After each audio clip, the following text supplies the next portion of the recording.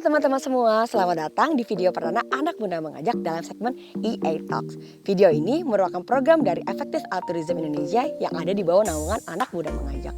Langsung yuk kita cek simak diskusi Brian Gunawan dan Kang Dudu di video berikut ini. Halo teman-teman semua, perkenalkan nama saya Brian Gunawan, seorang Communication and Leadership Coach dan juga saat ini kesehariannya sedang menjabat sebagai Senior HR Business Partner Manager di sebuah perusahaan multinasional. Di sini hari ini saya berlaku sebagai moderator dari EA Talks dan kita akan membahas satu hal yang sangat menarik yaitu dampak dari COVID-19 terhadap yang namanya mental health, khususnya dari perspektif medis itu sendiri. Nah, bersama saya di sini sudah hadir pembicara kita nih, namanya Kang Abdullah Ihsan atau biasa dipanggil Kang Dudu. Nah, beliau ini adalah dokter umum yang dalam persiapan menjadi spesialis. Wah, kira-kira menarik banget nih ya pasti ya isinya nih ya. Nah, kenalan dulu yuk sama yang namanya Kang Dudu ini. Kang Dudu ini sedang persiapan menjadi spesialis di rumah sakit mana ya, Kang Dudu? Boleh tolong ceritain dikit nggak? Sekarang kerjanya di Rumah Sakit Jiwa Provinsi Jawa Barat di Bandung. Berarti tipe-tipe pasiennya yang kayak gimana tuh, Kang? Boleh tolong ceritain nggak? Ya yang gangguannya kejiwaan sih, walaupun memang ya namanya dokter umum ya, ada Hmm. kondisi fisik yang datang juga ada, cuma kebanyakan yang datang karena gawat darurat jiwa ya. Jadi gawat darurat jiwa itu apakah dia mengancam, keselamatan orang lain atau dia mengancam keselamatan dirinya sendiri. Oke, kalau kita ngomongin soal mental health saat ini kan udah seluruh dunia nih udah terkena dampak COVID-19 ya, termasuk di Indonesia juga itu sendiri gitu. Nah, banyak banget yang udah ngomongin soal dampak kesehatan mental terhadap orang-orang saat ini.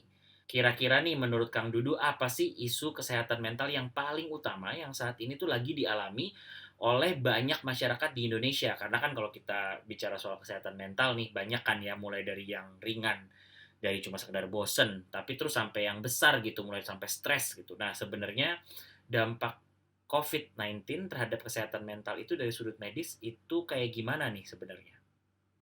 Baik, sebenarnya kalau untuk dampaknya langsung gitu ya, macam-macam. Ada yang mungkin kerasanya lebih, cemas, ada yang kerasanya mungkin sedih dengan kondisi sekarang, ada yang marah bahkan, "Kenapa sih harus kayak gini yang terjadi?" Gitu. Atau ada yang merasa ya sendiri aja gitu, nggak ada teman, apalagi yang mungkin ngekos, lagi rantau, jadi kayak nggak punya teman banget lah karena nggak boleh keluar rumah juga.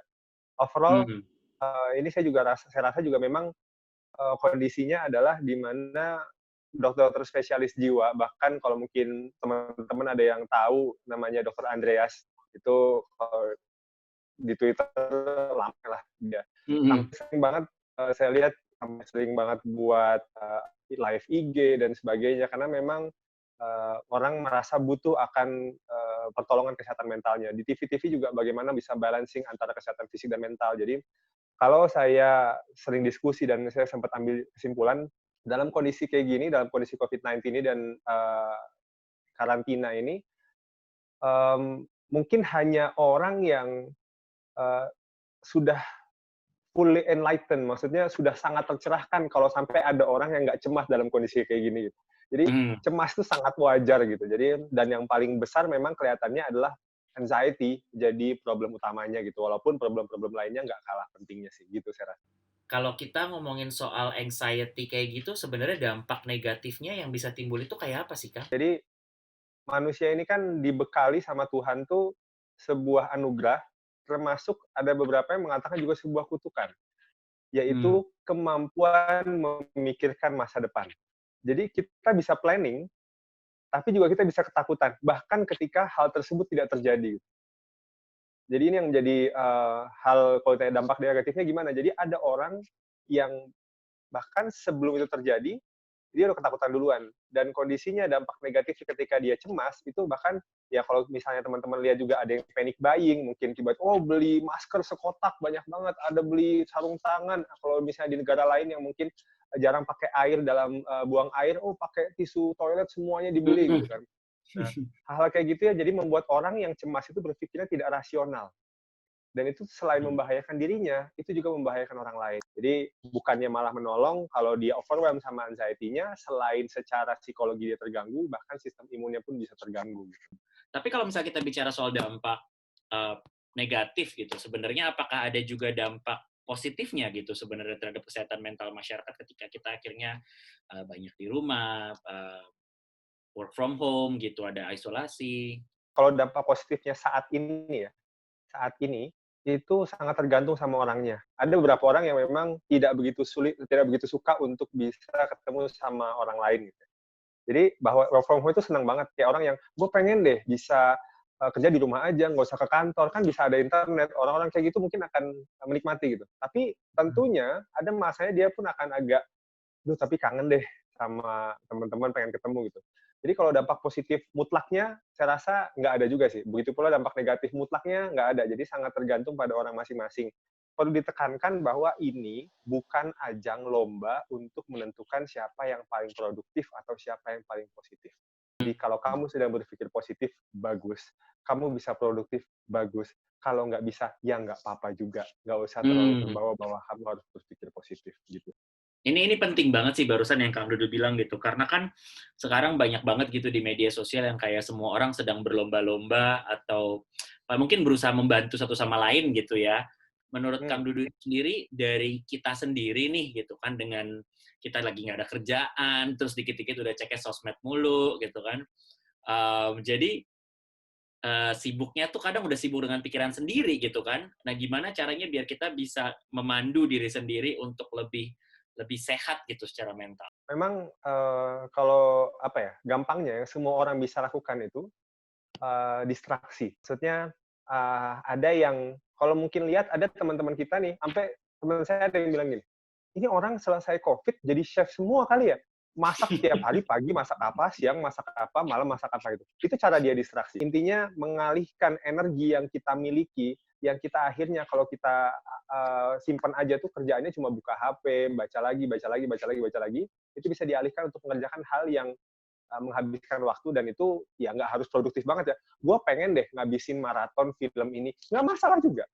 Hmm. Daripada pikiran kita overwhelmed sama sesuatu yang malah buruk gitu. Gitu. Jadi Hmm.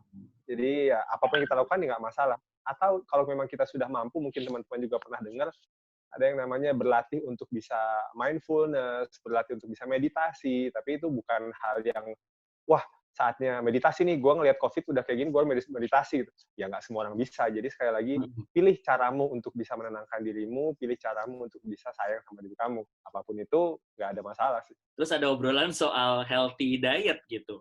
Kalau misalnya healthy diet ini kan juga buat, ada yang buat memang untuk kondisi fisik, ada juga yang buat kondisi psikologis gitu. Misalnya makanan kita berpengaruh terhadap kesehatan mental gitu. Nah, kayak contohnya ada yang kalau bahasa Inggris trennya itu adalah anti-depressant diet gitu, makanan-makanan yang lebih menenangkan jiwa dan kesehatan psikis gitu. Itu sebenarnya menurut Kang Dudu tuh ada nggak sih diet-diet seperti apa yang baik gitu untuk menjaga kesehatan mental atau gimana tuh?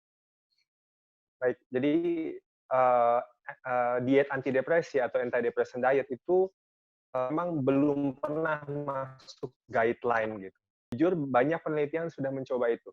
Jadi waktu dari saya belajar juga, kemarin juga coba review-review lagi, semakin banyak memang hasil-hasil penelitian yang menunjukkan bahwa beberapa bahan makanan atau beberapa cara makan itu bisa membantu kita untuk bisa apa ya, mengurangilah gejala depresi gitu. Ya walaupun nggak tiba-tiba hilang juga, bahwa yang Hmm. memang sudah berat memang harus minum obat juga, bahwa yang memang ada masalah harus menyelesaikan masalahnya juga. Cuma bahwa kita punya eh, cara makan yang baik itu penting gitu. Ada contoh yang mudah adalah bahwa beberapa bahan makanan kita itu kan ada yang apa ya, kelihatannya proses gitu kayak nasi goreng, fast food atau hal-hal yang proses food lah. Jadi yang sudah diproses berulang kali gitu kan.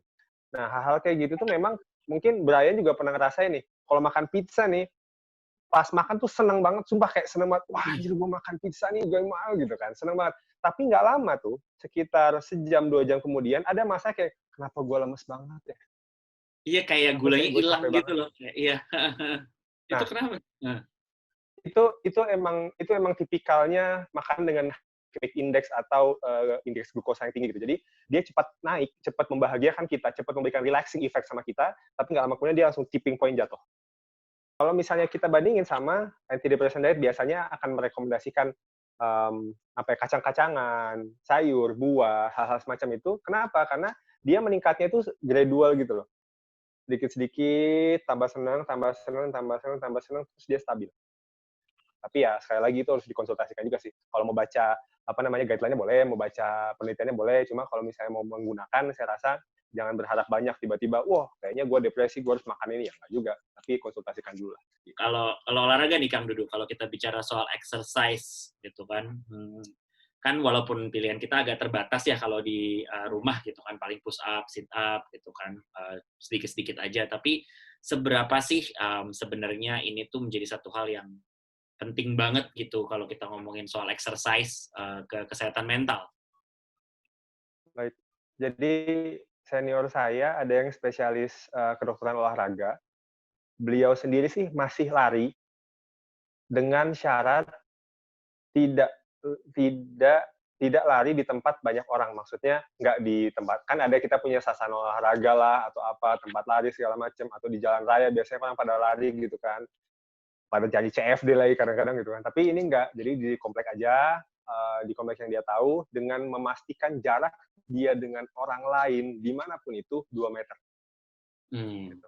Tapi kalau memang dirasa bahwa, duh gue takut nih di luar, ya nggak masalah. Di rumah pun bagus banget, seperti yang Brian tadi bilang bahwa, oh mau push up, sit up, dan sebagainya. Dampaknya, saya rasa semua orang sudah menyampaikan mungkin ya, yang mengatakan bahwa kok kita rasanya pengen banget nih bisa merasakan bahagia setelah olahraga. Ya bisa banget gitu. Karena memang rasanya akan setelah olahraga itu bawaannya bahagia. Tapi kenapa seperti itu? Kita punya 2 hormon yang paling sering terefek atau terkena dampak dengan olahraga. Yang pertama adalah dopamin, itu neurotransmitter sih. Dia kimia otak. Dia bertanggung jawab atas rasa puas dan rasa bahagia. Nah, kondisi itu orang yang habis olahraga, habis exercise itu biasa dopaminnya meningkat. Itu yang pertama. Yang kedua, kita punya yang namanya endorfin.